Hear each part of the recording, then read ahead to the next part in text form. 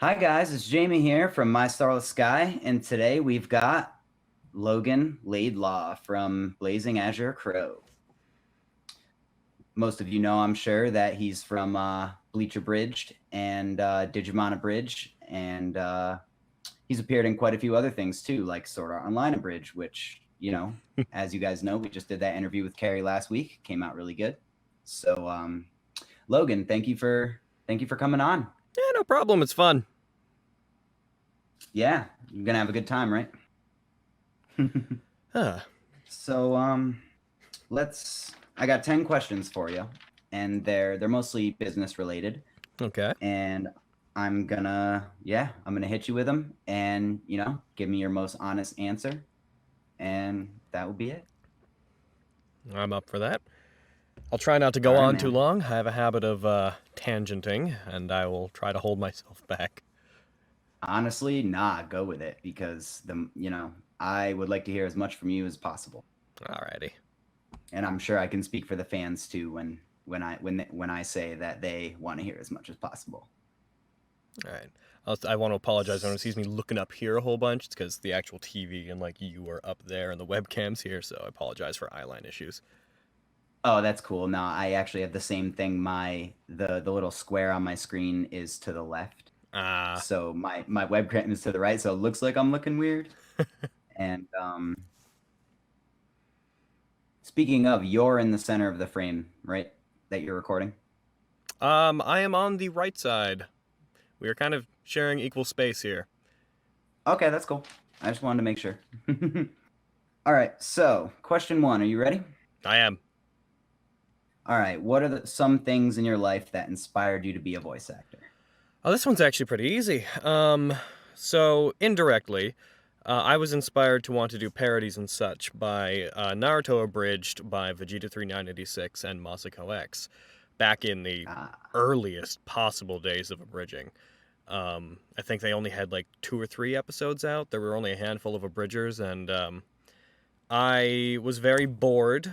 I was in a theater production in what for me would have been grade, I must have been like 8, 9. Um, and I saw it on a forum that I frequented, and initially, being the snobbish person that I was, and still kind of am, I had the opinion that things made by fans were always going to be bad, because I didn't have a lot of exposure, and that was just my opinion at the time. It was the early internet, let's keep that in mind. Then I watched it, fair enough. and everything they had out was really engaging and funny. It doesn't hold up necessarily by today's standards, but at the time I thought it was hilarious and Mhm. wanted to do something similar to it. And got a couple of my school friends together with a terrible recorder and moved on from there. And then we did that for.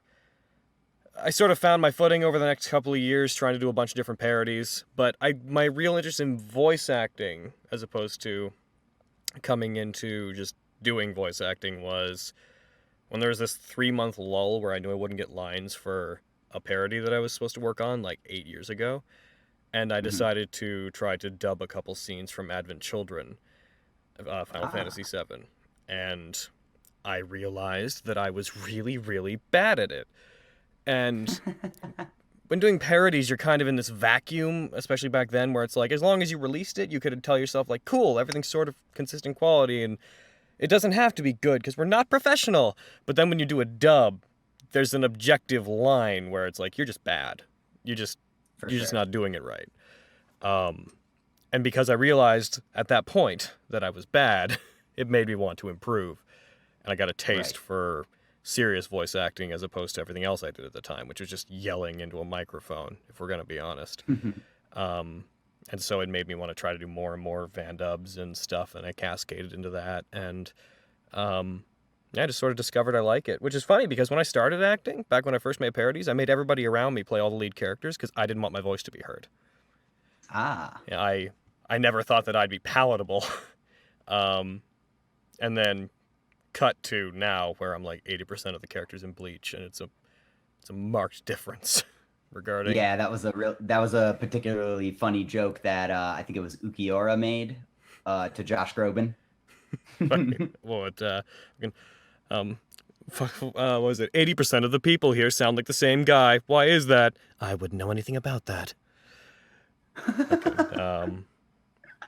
I Yeah, that was really funny. I enjoyed the meta bits in that particular episode. Just the whole spiel about, like, the 12th memory is only blocked in Germany. I haven't figured that one out yet. I'm working on it. It's Yeah, see, that's one of the reasons I like Bleacher Bridged in particular. Like Team Four Star has their own thing, Little Karibo has his own thing, Something Witty has their own thing, but like you guys, I really feel like you guys are real good with like the meta. Like that's something that like you guys particularly excel at. the key to it, I think, is if you're going to make a meta joke, make it about something universal enough that everybody will understand it. Meta humor fails when the joke is about something that the audience inherently doesn't know. Right. I think that's the definition of like too meta. Yeah, like if I was to make a joke in my series about how, like, where's Renji been? I don't know. I guess Aaron just slept in again. It's like people would be like, does his actor sleep in? Is that the joke? Yeah. But if you make a comment about the production, if it's something as obvious as copyright issues, then people can sort of be like, I'm in on that. Yes. And like even as a a fellow YouTuber, I definitely like been brushing up more on things like copyright and fair use and stuff like that. So those jokes don't go quite over my head as much as they used to. Yeah. The episode 12 Germany thing is actually because of a Fall Out Boy song we used. For some reason, Fall Out Boy, all their songs are blocked specifically in Germany. Really? Don't know why. So that was the answer to the episode 12 thing, or I already knew why, but obviously in the frame of the joke, I couldn't expect people to know that much about it. Okay. But there's a lot of comments in the comment section of when episode 12 was up with people being like, I can watch it. Like, I'm in Germany. I can't watch it. So it was just a thing to point out that I thought worked. But yeah, we knew because right from the start, it like tells you what blocked what and from where. And it literally said like not available in certain countries. And then it was like, Germany. I was like, why? Like, specifically Germany. Well, I guess then people that don't know why, and want to find out about that joke, they can come here and find out. Yeah. So, all right, we're going to press on to question 2. What were some of the steps you made to succeed in your business, but also your personal life? Oh, well, that's insinuating that my personal life has been successful. Fair enough. That's a good answer. So steps that I took. I abridged a long time ago. I was in like the first group. I was terrible. I did it for like 6 years, and then I took a several-year break to sort of find me, I guess, is the most pretentious way to put it. I wanted to figure out if, like, basically I came out of high school and I kept doing it for a year, and I figured out, like, abridging is not going to pay my bills, and I got to get off the internet. And I went and I got a job, and I somehow landed a job as a cook in a 5-star restaurant. Please note, cook, not chef. And eventually came back to it during a state of intense depression while I was in my second advanced course, what was called a conservatory at a acting school that I'd been at. And just a lot of stuff was going on, and I went through this depression where I started watching anime with my roommate because he didn't watch a lot of anime, and I was making jokes about Bleach while we were watching it, and kept saying to myself, like, if I was to do this, like if I was to parody this again, I would do this. And I found that I just had all these ideas that I wanted to do something with, and I realized that spark was still there, and to bring myself out of the depression, I was like, I have these 2 conservatory programs in an acting school that I'm really in good with, and a lot of actors that are like pro-industry actors I know. I was like, if I was to build this thing up again, I have an opportunity to build it in a way that doesn't exist, like in that form anywhere else in abridging. And so I decided to try to capitalize on that, and I think if I'm successful, which I don't know if I am, bubble could pop any day now. You are. If I'm successful, I think it could be attributed to that I was in a very unique situation that I recognized business-wise, and I made strong use of the resources and energy and professional people around me. I think a lot of it comes from the fact that I have actors that aren't in other parts of the abridged community, so our channel has a certain brand. Like you You don't watch our stuff and, for example, hear Takahata. You don't watch our stuff and be Right. like, oh, that person is Grimjack or Yamato SFX. Well, not back then, anyways. Right. When you watched it, the voices weren't recognizable. Ergo, the first thing you would think is this character. At least that's how I saw it. Mm-hmm. And No, I think you're that absolutely right. I think that helped us build an image initially and have a kind of unique brand, except for me, because everyone initially was like, "It's Yusei," and I was like, "Yeah, I played him once. That's true." That's a And true thing that happened once. you're not wrong. And I think any success we had from there, monetarily or what have you, just came from the principle that we never want to be paid for complacency. Because this is not Right. me talking down to other bridge groups at all, because different fans want different things. But I never liked the idea of a Patreon where you get paid for the ongoing process of working as much as I want to be like, here's a chunk of something, or here's a full episode of something. I'd like to get paid for this specifically, not for the vague idea that I'm Right. working. So our Patreon, for those that don't know, is per creation, and the only thing we ever charge for is a big chunk of content, usually like 4 or 5 plus minutes of content. Right. So that's helped. Apart from that, careful planning. We've had some bumps. We're currently in a weird situation where we're deciding what the fate of Digimon, Bleach, and UBW are going to be, because it's clear that our fate stuff is... We like making it a lot more than everything else, and it's clear that people want it more, but I also really like making the other things, and I don't want to just abandon them. So we're in a spot where we're figuring out what our relationship with our own work is right now. Also, copyright has been getting harder for Digimon, and we can't do Bleach if we have 2 copyright strikes on our channel. Right. So we're sort of stuck doing Fate until those dissolve. See, that's really unfortunate, because to be honest, like, I love Bleach and I like Fate, but it's honestly, Fate is my least favorite of the 3. I not that it's not good. It's definitely great and hilarious, but my favorite is actually Digimon, because there's this like this insular, this very like small crowd that like they are so in love with Digimon, and like I don't know how to explain it. Like Digimon fans they go hard. I guess is the best. They're way very to put passionate, very, very passionate. Sometimes too passionate. Yeah, like that. I think it was Nostalgia Critic for the Digimon movie, and it had Jesu Otaku in it, and she was like crying the entire episode. Yeah, it's just yeah, I'm not going to get into any of my expanded thoughts on the Digimon franchise because there's a lot to say. Yeah. But yeah, I like making it a lot. It's the series that allows us to be the goofiest, which is nice, but also has a lot of has a lot of heart. I also think that Digimon Bleach sort of started out as a let's find our footing thing. Like you can see between seasons 1 and 2 of Bleach, there's a distinct change in our pacing and our energy where we go from being kind of quieter to instantly being more hyper and bigger. I think Digimon is where we sort of found the way to keep our drama and comedy sort of consistent and constantly bouncing back and forth onto each other, as opposed to being like, there's 20 minutes of comedy, then 2 minutes of a dramatic thing because I earned it, then the rest is comedy. We sort of figured out with Digimon how to constantly shift back and forth without it ever feeling preachy. And then, interests being what they are, and I'm not offended that Fate's your least favorite, I actually think we sort of perfected that in Fate, where you could watch our Fate as either a comedy or as drama, and it would function as either, which... Oh, absolutely. Works for some people and doesn't for others. I very much think our 3 series all have very different target audiences. Yes. What was I going to say? Actually, I was going to say, how does it feel to have an English dub of Try before the English dub of Try? It felt good. It's off the internet now because it got hit for copyright, which sucks, but... The whole thing? Yeah, all of Try's gone right now. It's... Really? I swear I just watched like episode 2 not too long ago. Is it? It might not. Maybe it wasn't on my channel. Maybe one of the videos I think of isn't down, but it's another thing.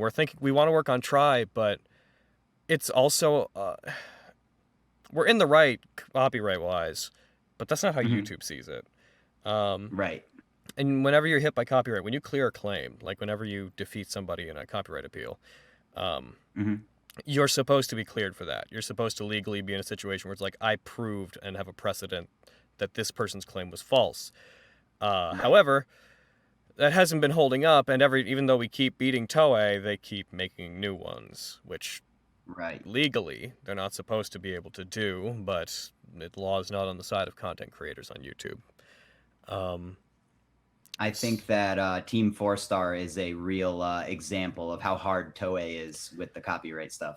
Yeah, I heard at AX they were like, some people came up to their booth while they were there because like Something Witty guys were there, and legitimately like took a look at all their shirts and was like, okay, so you can't sell that, you can't sell that, you can't sell that, you can't sell that, cover that up, don't tell anyone you sold that, take off any shirts that we've talked about, you'll be hearing from our legal team. And I was just like, if that happened to me, I would be fucking terrified. Apparently that happens to them Dude. all the time. Seriously? That's what I've heard. I haven't seen it Wow. firsthand, but that's what I've heard. That's such a shame because like if Toei just like if they put Team 4-Star on the payroll, it would solve the problem.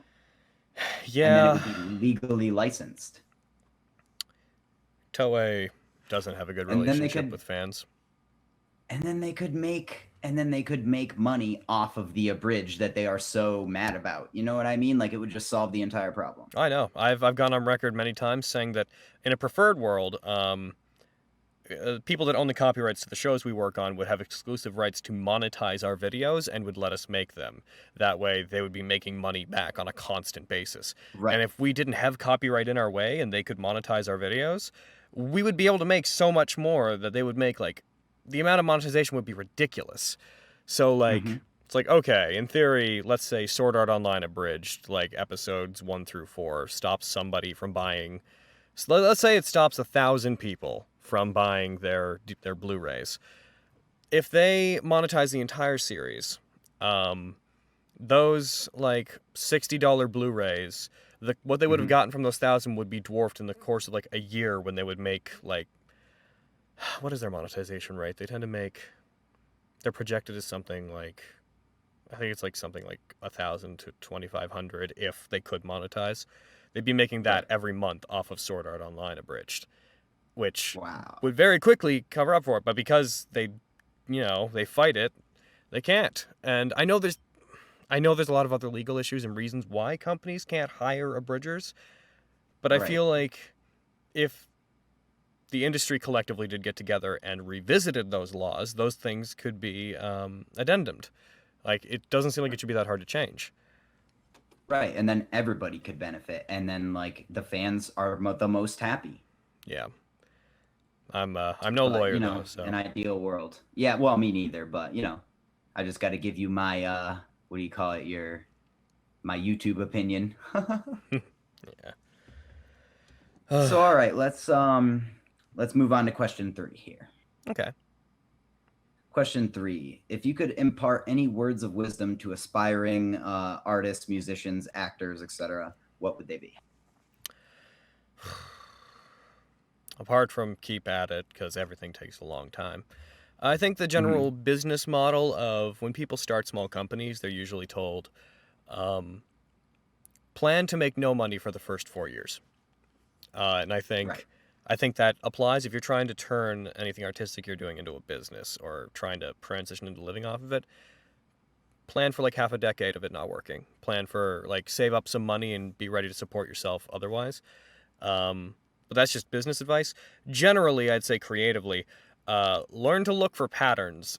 Don't get caught up in echo chambers. Like, people around you will tell you you're doing good. They care about your feelings and they don't want to hurt you, and that's great, but it's useless to you. Absolutely. Like, be objective. Always think about what you could be doing to improve. Go outside yourself. Don't assume that the resources to get better are locked away inherently within you. You do need to reach outside yourself to get better. If you want to get better at voice acting, sure, you could keep doing fan dubs for like 4 or 5 years and hope that you just naturally get better, but you'll find yourself growing much faster if you look at what works from other people. Also, in terms of acting and voice acting, recognize what you can do, focus on it, create a very specific brand. Don't try to be that guy that can do everything. Maybe you'll be that guy. But a lot of actors get caught up in, like, I want to do everything. A lot of male voice actors are like, I want to be able to play, like, Crispin Freeman characters and whatnot. And that's just not who everybody is. Like, a lot of Right. people, like, find your strength in your higher pitch voice. If you're nasally and, like, you're not at all gruff, figure out how to make that work and find success based off that. And then once you've got something that you know you're good at and can use to get in the door, then start experimenting. You also find that by refining that one thing, you'll pick up a lot of skills that you can then apply to expanding your skill set, because you'll have a greater understanding of how your own voice works. Artists, like people that do like paintings and online stuff. Yeah, drawing, whatever. I have find someone to hire you. I mean, honestly, I would say that the advice you just gave applies to basically all three, because I kind of was lumping them together as anyone in the creative industry. I'd say the same advice probably applies in some way. Again, reach outside yourself. Always look for outside help. Nobody grows properly on their own. Every plant needs water. Oh, that's a good one. Geez. Because, like, I'm not a great artist, so I'm like, I don't know. I can't give any substantial advice based on experience on how to get better at that. But No, that's fair. But I mean, be that nice. thing you said about, like, be approachable. That is just I'm bad at that, by the way. yes. But be approachable, and be willing to work with people, and jealousy should have no place in your life. That's also Yes, important. absolutely. If you're a creative person, just do not allow yourself to ever be jealous of anybody. It's a Right. poison that will ruin you. It certainly ruined young me. I definitely know what you mean. See, what you were talking about, with the echo chamber, about how like you surround yourself with people who care about you, so they want to spare your feelings, but that's no use to make you get better. You need people that tell you, dude, that sucked. Do it again. Like, I have dealt with that. That is the biggest problem why every local music scene that I've ever been a part of in like all up and down the East Coast. Mostly New England because that's where I'm from, but like Western Mass, Eastern Mass. I've done a little bit in Connecticut, New Hampshire, New York, like that whole area, all the local scene. The big problem is that, and also the jealousy too, is that everybody will tell you, yeah, dude, you're awesome. Yeah, good set, blah, blah, blah. You did so good. And then as soon as you turn your back, they're like, dude, that band sucks. Yeah, it's no good. Criticism is important. And that, yeah. Like, knowing that you can always improve is good. Of course, when people just come at you clearly with, like, venom, that's not useful to you either. When someone tells you you're bad, and that's it. And they're like, you suck, and I don't like your music, for example. It's like, right. You're not helping me. Go away. Right, but, yeah. Like, objective... See, I have... No, go ahead. Oh, okay. I kind of... I actually have, like, almost like a little bit of a reputation for... I used to... Back when I used Facebook, I used to just, like, go to shows and look around and just see everyone saying good set to each other, and then 2 seconds later they're talking shit with all their friends. And then like just bands that they go up on stage with a guitar, a drummer, no vocalist, no bassist. Their guitar is like a $10 like tiny ass Walmart amp, and their drummer is missing half his kit with broken cymbals, and like they want to be called professional. Dude, no, you're making the rest of us look bad. And I used to get a lot of shit because I would call them out, like either on Facebook or in person, or I just would tell them how it is, and nobody likes to hear the truth. So that's kind of a big reason why I got out of the music scene, and that's why I like am kind of, more into YouTube now. Yeah. I'm all about fun, and I only work on things that excite me. Like, as business-oriented as I am, I only invest my energy and my finances into things that make me thrilled to work on them. But I also am very objective, and I'm very improvement-oriented. And because of that, when people ask me my advice, I tend to be pretty to the point, and I don't really care about being flowery because I don't think it's useful to anybody. And there are some content creators I know who we're on good terms, but they've stopped asking me for my opinion because I assume you're having fun, and I tell you what to do to improve mechanically, but that sometimes comes off Right. as me ignoring, like, but isn't this funny? And it's like, okay, yes, it's funny. Like, this is good. But you asked me, like, what I thought of what you could do better, so I'm telling you that. Like, Yeah, um, yeah. but I also come across as pretty elitist sometimes, and I understand that. So when people are like, I'm not super about asking you for your opinion, I'm like, I probably deserve that on some level.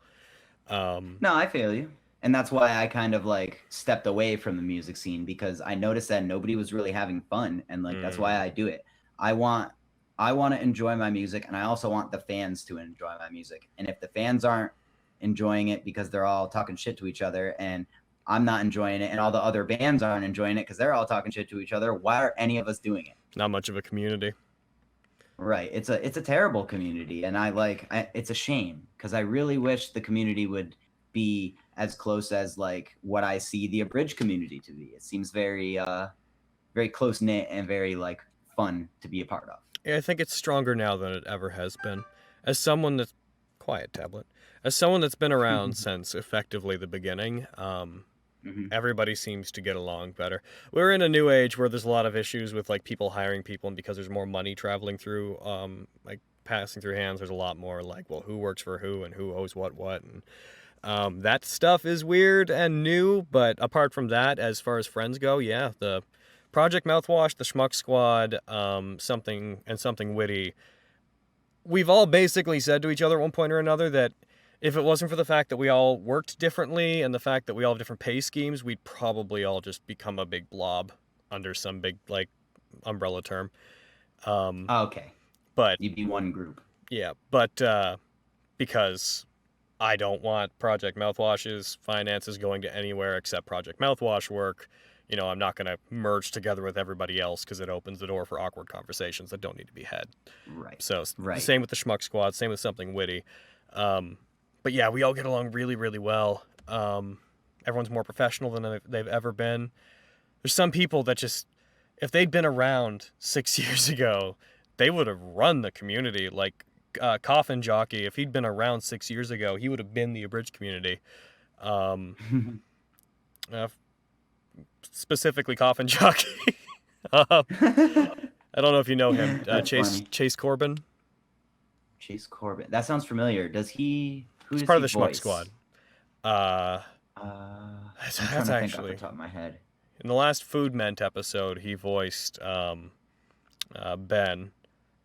If you watch Food Ment, okay. I'm Ben and I'm here. That guy. That's one of my favorite. That sounded jokes. more like Chad to me, but I'm Ben and I'm here. That is like honestly one of my favorite jokes in abridging period. It's just the fucking setup and instant delivery of like, we better quiet down or else Ben might show up. I'm Ben and too late. I'm Ben and I'm here. It's just so like set that is up, really funny. deliver. But yeah, I've gone on a tangent. I apologize. No, it's fine. I'm glad for the content, man. This is very amusing. I'm having fun. I hope you're having fun, and I'm sure the fans are having fun. I'm out of water and it's hot, but I'm good. Well, all right. Let's press forward then. Number 4. What are some big obstacles that held you back in your chosen career, as well as your life in general, and how did you overcome them? I was a very angry teenager and young adult, so that messed me up. I had a tendency to identify all my interpersonal relationships as parasitic and lash out at people back in my early abridging days, and that did me no good. And I was very territorial. That did me no good. Wasn't particularly motivated. Didn't have a strong like point of reference for what quality was. I was just all around just sort of early me could be taken out of the world, and I think we'd all be better for it. Let's see. Copyright strikes. Those get in my way. Oh, I bet. Yeah. Those get in my way as a viewer. Yeah. That's fair. Yeah, I think that the main thing is when I came back to abridging, circumventing the broken the sort of ruined relationships that I left the community on. And also, I found out when I came back that I actually hadn't stepped on as many toes as I thought I did. I earnestly thought that I'd made everybody ever angry and like everybody wanted to be gone.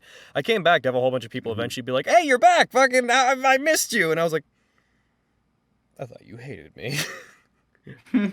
Which just Well, I guess that shows that you have that level of self-awareness. Yeah, it speaks to that I clearly had self-esteem issues. But in general, I find understanding people's thoughts. I'm very, very logical, so sometimes I assume everybody is going to think very mathematically, and when people are very emotional, sometimes it's a bit hard for me to adapt to their way of thinking, but I try my best. But I completely understand that. That doesn't get in my way a whole lot, but when it comes up, it's usually pretty big. Yeah. Beyond that, I've honestly had a very fortunate run. I've been supported by a lot of really good people ever since I came back to the community. The community around Vancouver is great. All of my actors are wonderful. We've recently hit a point financially where we can start paying everybody, including our actors, and I'm very excited about that. And almost all of them made it clear that they intended to never be paid. And I was like, well, too bad. That's always a good feeling, huh? Yeah, it was nice knowing, because, going from early me, having, feeling like I was alone in the world, even though people were beside me, to then, in the last couple of years, having this solid group of like 26 semi-pro actors who all were like, yeah, well, just follow your work and do what you want because we really like what you do and like working on it. And it feels good. It's Well, since I got you talking about people, I'm actually going to skip a question ahead because number 6 is who are some of the people that help you get where you are today and what kind of things did they help you with? So while I've got you on the subject. So obvious answer to this is School Creative. The Vancouver Acting Studio has an intensive program. I apologize. It's very hot in here. Their intensive program is a 6-month course that I took. That's why I moved to Vancouver.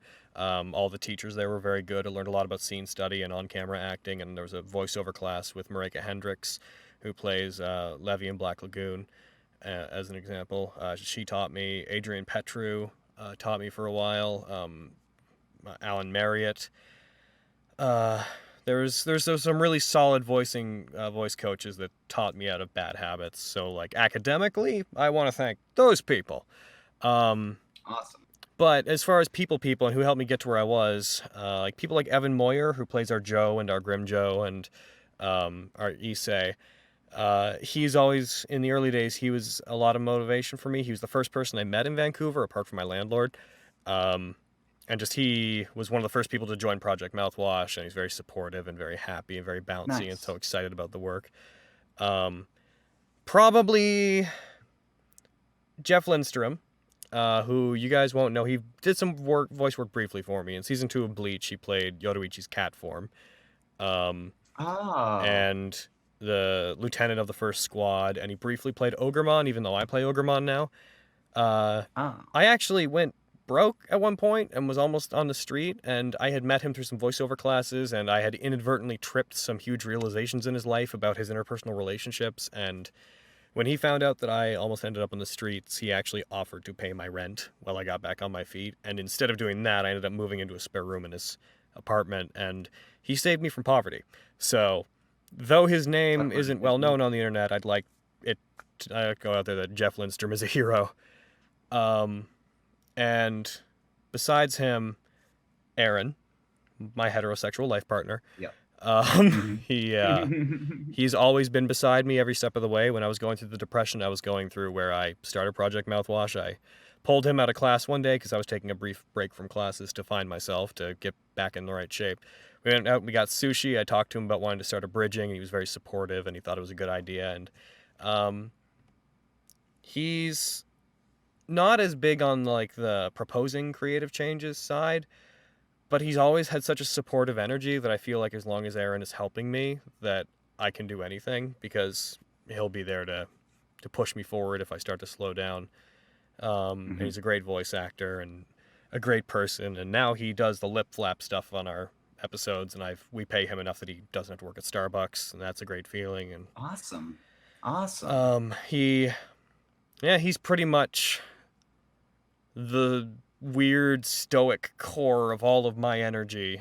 Like, I pull everything, I think, I reflect everything off of Aaron, and it comes back better.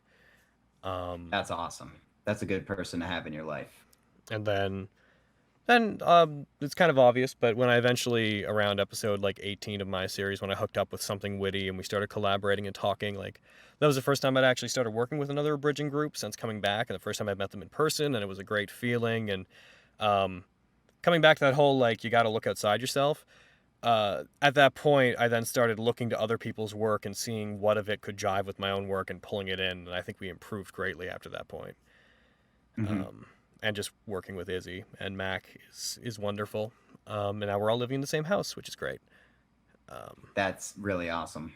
And Carrie, who, as of the recording of this video, currently dating, she's also incredibly supportive. She's become like my female Erin. She's just bristling with good vibes and just enthusiasm. I definitely noticed that in when I did the interview with her.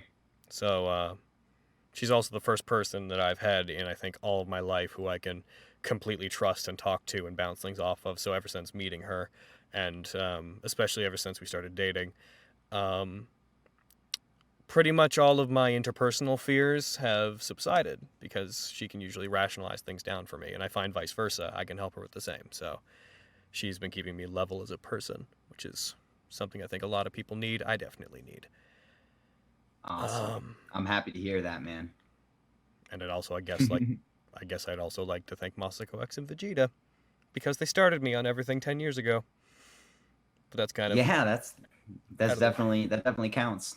Yeah, I think. Let's see. Well, you were kind of, for a minute there, you were talking about like the depression that you went through for a while. Yeah. And that kind of leads us back into question 5. We kind of did them a little out of order, but question 5 is: do you struggle with any mental illness like depression, anxiety, addiction, social phobia?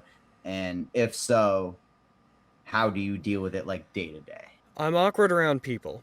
That's for certain. When I meet new people, I'm awkward. But I respect mental illnesses enough to not claim that I have any. Anything I have, I would call idiosyncrasies. But like, I feel like if I worked on it, I could get over myself. So I don't want to be like, I've got, okay, But I'm possibly on the spectrum.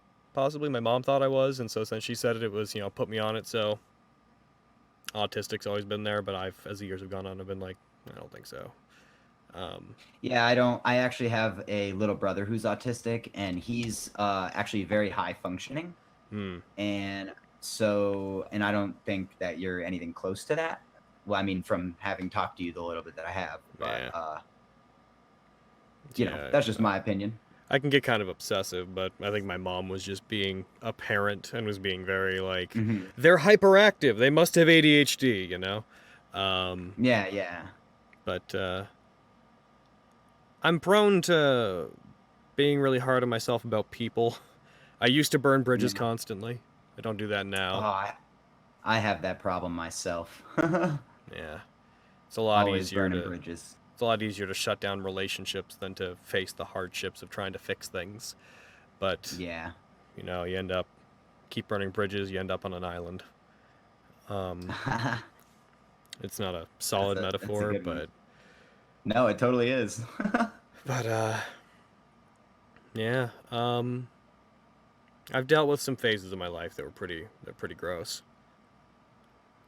Yeah, I mean, I think we all have. When I was talking to Carrie in her interview, she really said that, and I think it's kind of the most important thing is if you're feeling some type of way, no matter what it is, you just got to talk to someone about it. Like, I agree.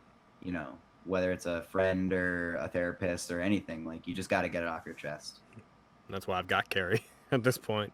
Yeah. Carrie and Aaron, they keep me sane. I'm very fortunate. That's good to hear. I'm very fortunate to have that, and I'm aware of that. And the more you stay sane, the more abridged stuff we can get. So it works out for everybody. All right, so let's move a little bit forward here. Back on track with number 7. Other than voice acting, what are some skills you picked up along the way? Day jobs, hobbies, passions, blah blah blah, like on the side of abridging. Assuming that abridging also covers things like fan dubs, because it's effectively the same beast, just a little bit removed. I'm not going to go into that. But some of my actors, particularly Ariel Hansen, are the head of their own small little independent film groups. Specifically, Ariel Hansen is is co-founder of what's called Bad Cookie Pictures, and Bad Cookie Pictures She's the voice actress for Mimi, correct? Mimi, Patamon, Saber, Hiyori, Momo. Momo, yeah, okay. Yeah. I know exactly. Yeah. She's also one of the people that's been in. I think she joined us.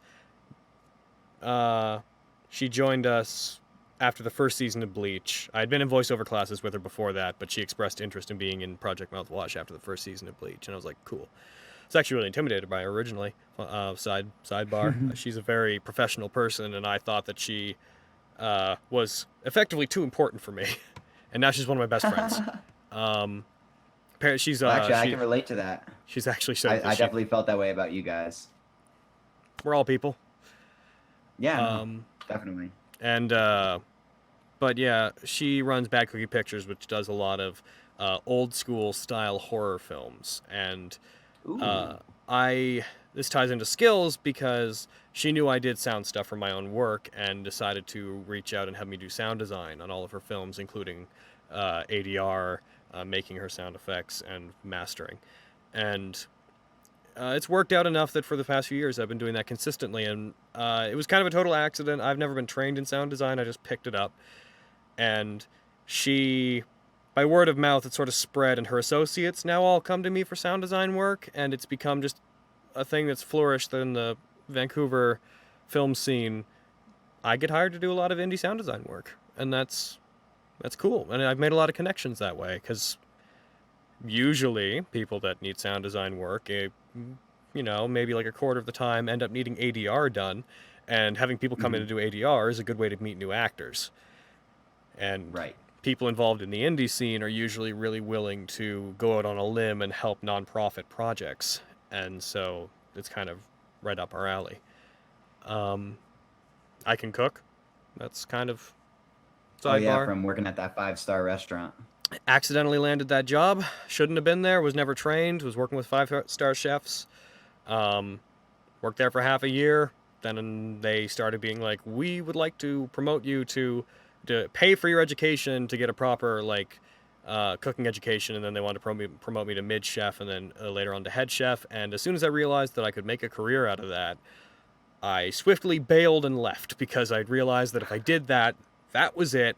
I'm doing that forever, and it's not what I wanted to do. So I moved on from that. But I can definitely understand that. You don't want to. It was also back on PEI, and if I stayed on PEI, there wasn't a voiceover career in the future for me. It just wouldn't have happened.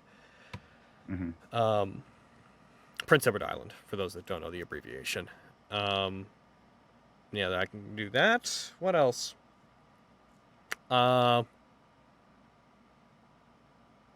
That's about it. I'm not good for much. Huh. Yeah, no, that definitely sufficiently answers the question. So I wouldn't, don't be too hard on yourself. I can DM. That's a good use. That's a good skill to have. Yeah. So all right, question 8. We got 8, 9, and 10, and then that's it. Alrighty. So and I got a couple bonus questions that I had for carries, which I can kind of twist them a little bit and give them to you, but they're shorter, more on the silly side. So anyway, question 8. If any, what do you consider to be your lucky break? Please describe.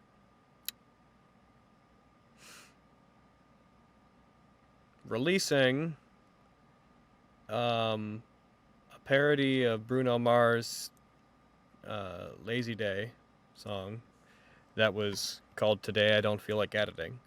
And inadvertently, I didn't know that Carrie apparently had been watching my content for years, but she had, and she saw it, And in the song, I mentioned, like, I just have a line where I'm like, I could go walk around Vancouver instead of editing. She knew that Mac and Izzy lived in the greater Vancouver area. She forwarded it to them. They were like, another abridger in the area. That's super cool.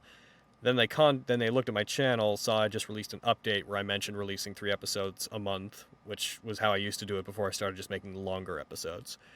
And then they were like, that's really impressive. That's like way more than anyone does. And then they contacted me and we talked, and then our relationship came out of that. And I think that was my lucky break, not because it's like, ooh, I met something witty, which that is really cool because they're a big channel, a powerful influencer, and great people. But it's more that was a gateway that led me to meeting like the Schmucks and Eagle and a lot of extra actors. Like, again, Chase, Coffin Jockey. Like, I only record with people here in Vancouver. I like him enough that I fly him up from LA to record here. Wow. Yeah, it's not as expensive as one might think, but I'm willing to do that because of the quality of his acting. But yeah, meeting them and that song going out and Carrie happening to find it and Carrie just throwing it their way opened the door for like what is now my entire friend group. Nat 19 wouldn't exist without it. I would never have met like Eric VA, Eagle. I would never have met Buddy, who's now working for Project Mouthwash full time. It's just that one small thing. And I made that video just as a joke. Wrote it in literally 2 hours. Recorded it in 2 takes. Didn't care about the quality. It was just a dumb thing to put online. And it basically opened the door for the rest of my personal life up to this point. So that's really awesome. I could mention where my business began to flourish, but I think as far as I'm concerned, what opened the door for all of my current friendships is honestly more important to me. Oh no, absolutely. Like, because that's the stuff that like enables your business to succeed. Absolutely. So all right, moving on. This one's kind of a little weird one. I think I already know your answer, but number 9, do you have any spiritual, religious faith or principles or like a mantra that you live by? Mantra. I feel like I did at one point and it just became a ubiquitous part of me. I mean, like, you know how, like, you know, because I think Izzy and Carrie both said that they were atheists, but like, do you know Monty from Rooster Teeth? He died a couple of years ago. Yeah. His big thing was keep moving forward. That was like his mantra or whatever, and they put it in Ruby all the time. That's solid. That's solid. So, so I'm not see religious. If you had something similar. I'm not religious. I suppose you might call me agnostic. I don't care about if God exists. I respect beliefs. I respect what everybody believes because I don't know who's correct about what. I haven't looked into it. I wouldn't call myself a scholar or research. If you got into a debate on like the theory behind religion, I would very quickly fold because I just do not know where I'm. Like, I don't have a platform to stand on. Right. I believe earnestly in that regard that people should live a good life based on what they think being good is. They should be the best people that they can envision themselves being. And if that's not good enough for whatever God ends up judging them, then they would never have been themselves anyways. I believe that's really good. I believe that your sense of like righteousness should come from you, not come from the fear of something that someone else has told you exists. Or like an arbitrary set of 10 laws or a book. Yeah.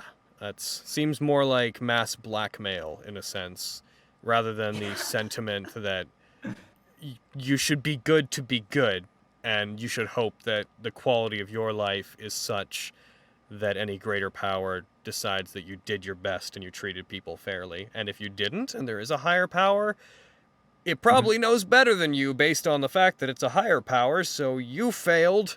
Go to hell. Like, that's real funny. It's a very, like, I don't know, dollar store religion, I suppose. But that's what I believe. I believe that I'll be good to be good based on my standards.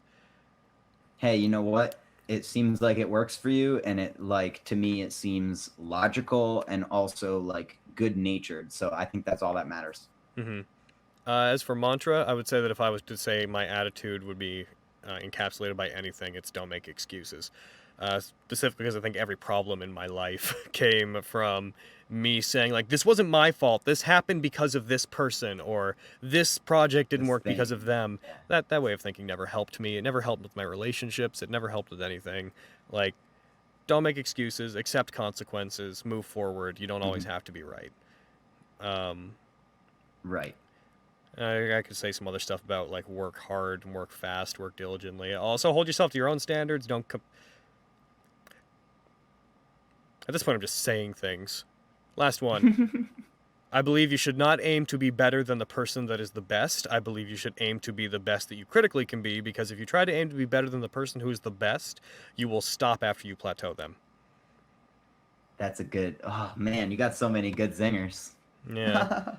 And if your point of That's reference is the highest quality possible simply means being better than the person that is the best, then after you are the best, there's no room for improvement because you no longer have something to set right. your eyes on. Right. So I suppose that would be another thing That's a really good one. You should try to here. You know what I think you should do? You should try to distill that into like a 3-word thing, and then like make it like a T-shirt. You know what I think the most simple form of that is? What? You do you. There you go. I think You do that's what you with the I think little BlazingAzureCrow emblem. that's just off on the side where the TM should be. Yeah. Yup, exactly. That's perfect. All right, so the last of the serious questions, and this one's a zinger. So brace yourself. All right, number 10.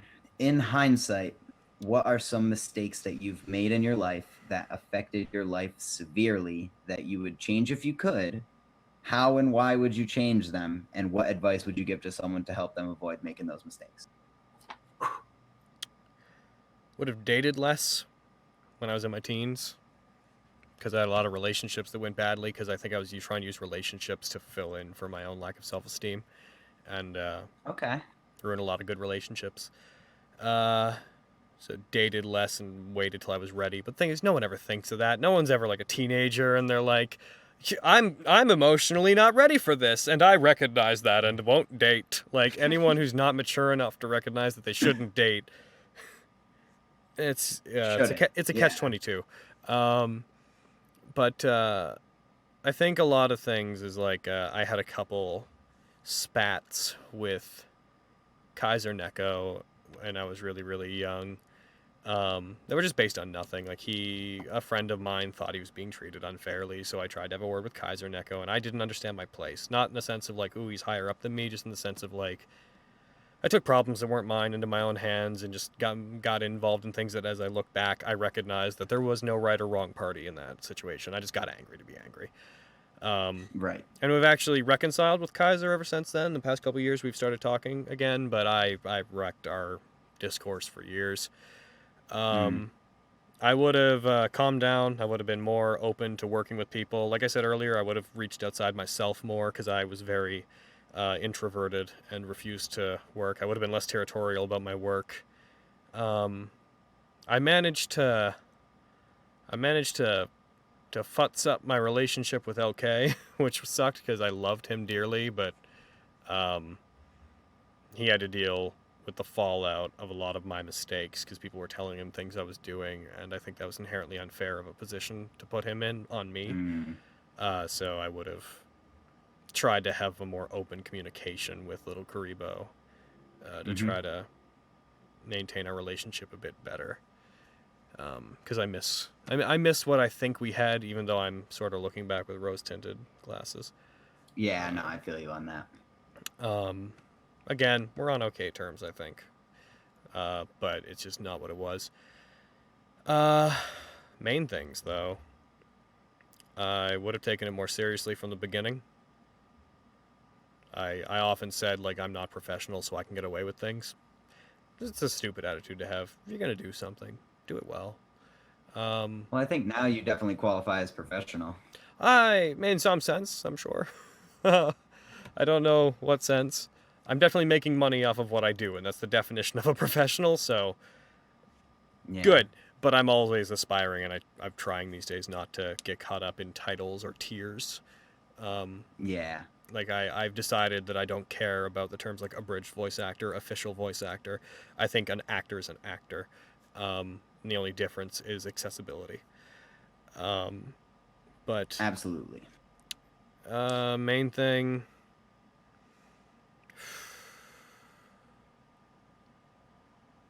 advice for other people. I think I've been giving it as I've been going. Just be open. Yeah. No, yeah. You've been pretty good about that so Be- far. So be- that part of the question is kind of taken care of. I think my main advice to anybody, and this is going to seem really simple, but if you're going to follow anything dogmatically, it's be kind to people, no matter who they are. Mhm.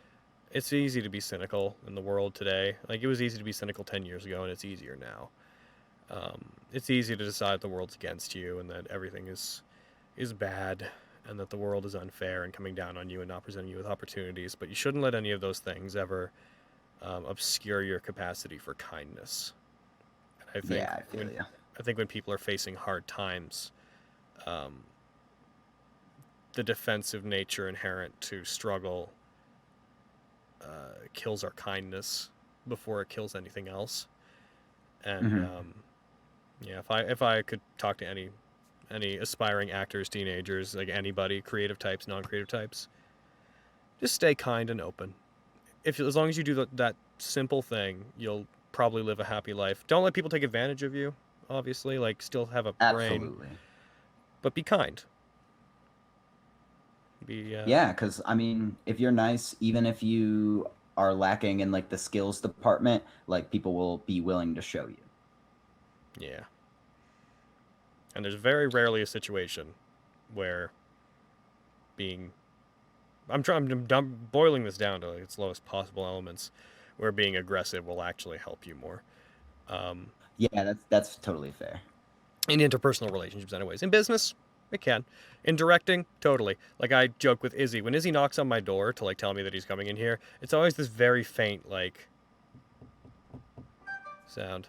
Like, that was louder. Like, the other day, he was knocking on my door That was timed perfectly. He was knocking on my door for 5 minutes yesterday, coming upstairs to record a thing for the Schmucks, and I literally had to take my headset off after 5 minutes to be like, sorry, I think I heard something. And then I was like, yeah, I thought that was like something tapping on the other side of the house.